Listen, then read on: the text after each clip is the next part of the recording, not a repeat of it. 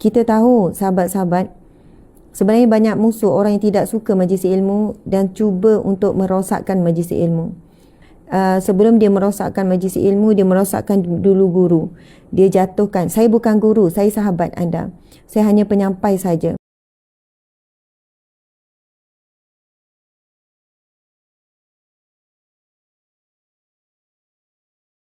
Muslimi muslimat dimati Allah sekalian, Masya Allah, Allahu Akbar.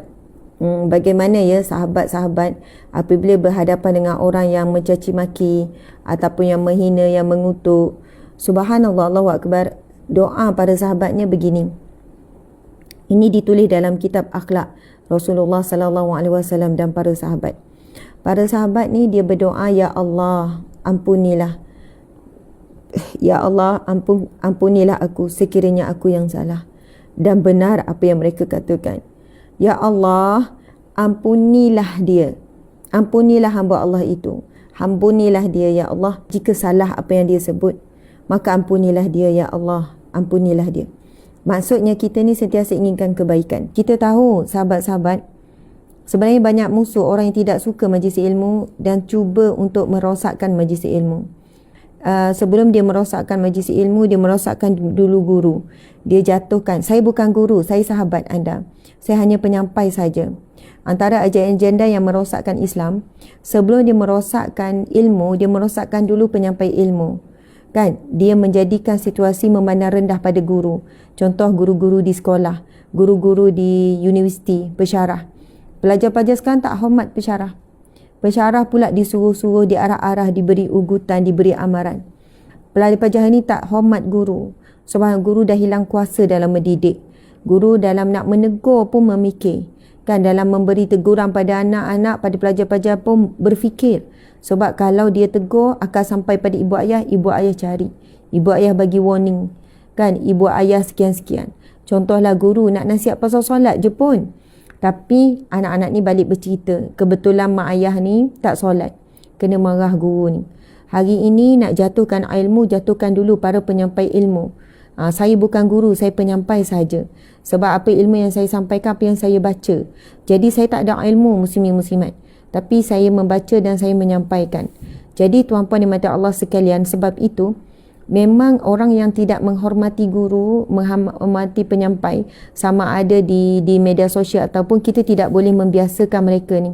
Sebab itu kami sendiri ambil tindakan untuk blok orang-orang seperti ini sebab kita tak tahu siapa di sebalik mereka dan kebanyakannya fake account. Macam tu. Cuma kalau masa live di FB kita boleh blok dan kita boleh delete komen. Tapi di TikTok ni kita tak boleh. Kita tak dapat buat macam tu. Mungkin selepas tu baru kita dapat buat. Okey. Ayat ke-10 surah Al-Kahfi merupakan doa Ashabul Kahfi ketika menyelamatkan akidah mereka, menyelamatkan diri mereka kan daripada pemerintah yang zalim ketika itu, yang mana mereka ini membunuh mereka yang masih lagi ada keimanan di dalam hati, beriman kepada Allah kan, mereka yang tunduk dan sujud kepada Allah. Lalu para pemerintah memerintahkan tentera mereka untuk mencari, menyeksa dan membunuh. Jadi mereka menyelamatkan diri bukan kerana takut dibunuh, tetapi kerana mereka memikirkan supaya kelangsungan dakwah, kelangsungan mereka yang menyembah Allah di muka bumi. Jadi subhanallah, fitnah akhir zaman, zaman sekarang sahabat-sahabat, terlalu banyak fitnah akhir zaman. Fitnah terhadap akidah kita paling utama. Fitnah ataupun ujian, cabaran terhadap amal ibadah kita, ujian dan cabaran terhadap akhlak kita pada hari ini. Dan semua ini tanpa bantuan daripada Allah, tanpa pertolongan daripada Allah, kita tidak mampu untuk menghadapi fitnah-fitnah ini. Kerana hati kita terlalu mudah berbolak-balik. Kejap happy, kejap sedih, kejap kuat, kejap lemah, kejap marah, kejap sabar. Hati kita ni kadang-kadang ingat Allah dan banyak lalai. Subhanallah. Kadang-kadang ingat Allah tapi banyaknya lalai. Jadi kita sangat memerlukan pertolongan Allah. Ini di antara doa yang kita perlu amalkan setiap hari. Ayat ke-10 surah Al-Kahfi. Rabbana atina min ladunka rahmah. Ya Allah, kami mohon kepadamu, kurniakanlah kepada kami daripada sisimu rahmatmu, wa hayyi lana min amrina rasyada, dan tunjukkanlah bagi kami ya Allah dalam setiap urusan kami, sempurnakanlah bagi setiap urusan kami petunjukmu yang jelas. Subhanallah. Kemudian kita dah baca 10 ayat awal dan akhir surah Al-Kahfi, disebut dalam hadis Nabi yang sahih, siapa yang membacanya, menghafal dan beramal dengannya, maka akan dilindungi daripada fitnah Ad-Dajjal.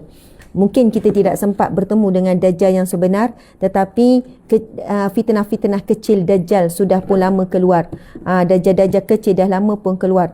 Ujian-ujian. Fitnah ini bukan hanya percakapan tipu, ataupun disebut, kalau kita faham fitnah ni, ada orang mereka-reka cerita terhadap kita kan, dengan tujuan untuk memburukkan. Tetapi fitnah, kalau kita merujuk pada erti perkataan, fitnah juga membawa maksud segala bentuk ujian, segala bentuk musibah yang boleh merosakkan hati kita, boleh merosakkan akhlak kita, boleh merosakkan fikiran kita. Semua itu adalah bentuk fitnah. Jadi fitnah-fitnah Dajjal ni, muslimin-muslimat, sebelum Dajjal yang utama keluar, Dajjal-Dajjal kecil telah lama pun ada sejak zaman Nabi Muhammad SAW lagi, yang disebut Musailamatul Kazzab. Ada seorang lelaki yang mengaku dia juga seorang Nabi, dan dia disebut Musailamatul Kazzab, Musailamah si penipu. Ada Dajjal juga bawa masuk penipu. Jadi muslimin muslimat, kemudian kita baca Asmaul Husna. Nabi SAW bersabda, man asaha, barang siapa yang menghafal beramal dengan Asmaul Husna, dakhalal jannah, maka dia pasti akan masuk syurga. Sama ada maksiat kita yang sembunyi ataupun maksiat kita yang terangan. Jadi subhanallah, muslimin muslimat dimati Allah sekalian, ada yang kata main TikTok pun maksiat. Sahabat-sahabat, TikTok ke, FB ke, IG ke, apa lagi, Twitter ke, YouTube ke, semua itu medium. Semua itu medium, sahabat-sahabat. Perantaraan, alat sahaja. Kalau saya tanya tuan-puan sekalian, pisau bahaya tak pisau? Mungkin ada orang nampak pisau dari sudut dia boleh melukakan, kita akan kata bahaya. Pada kanak-kanak kita kata jangan main pisau, bahaya. Tapi bagi saya, seorang ibu, seorang isteri, ataupun sebagai seorang ayah, ataupun orang yang tukang masak, pisau tu kawan, bukan lawan. Kita perlukan pisau. Pisau tu sahabat di dapur. Kalau tak ada pisau, memang tak boleh masak. Macam mana nak potong bawang, macam mana nak potong ayam, nak potong ikan, macam mana nak potong sayur. Subhanallah, Allahu Akbar. Sama ada TikTok, YouTube, FB, IG, Twitter, apa sahaja, muslimin muslimat, mereka, semua ini adalah alat saja. Sejauh mana kita menggunakan alat ini untuk kebaikan, ataupun alat ini menjadi keburukan kepada kita. Kalaulah pisau itu lebih banyak melukakan kita daripada memberi manfaat, maksudnya kita orang tak layaklah guna pisau, tak pandai guna. Bila guna je luka. Kalaulah kita merasakan bahawa media sosial ini banyak merosakkan kita tidak mampu mengawal hawa nafsu kita, mengawal diri kita sampai solat lambat, mengawal diri kita sampai melihat perkara yang haram, sampai melihat benda-benda yang lucah, menjadikan kita ini sampai akhlak lebih buruk, suka mengata, mengutuk orang, kan, terpengaruh dengan adu domba orang, sehingga kan kita membenci orang yang kita sendiri tak pernah jumpa. Kita membenci dan tak suka orang daripada hasil kita baca-baca, hasil kupasan-kupasan, hasil daripada kita lihat zahir dia. Sebenarnya kita tidak pernah ada kaitan hidup kita dengan dia.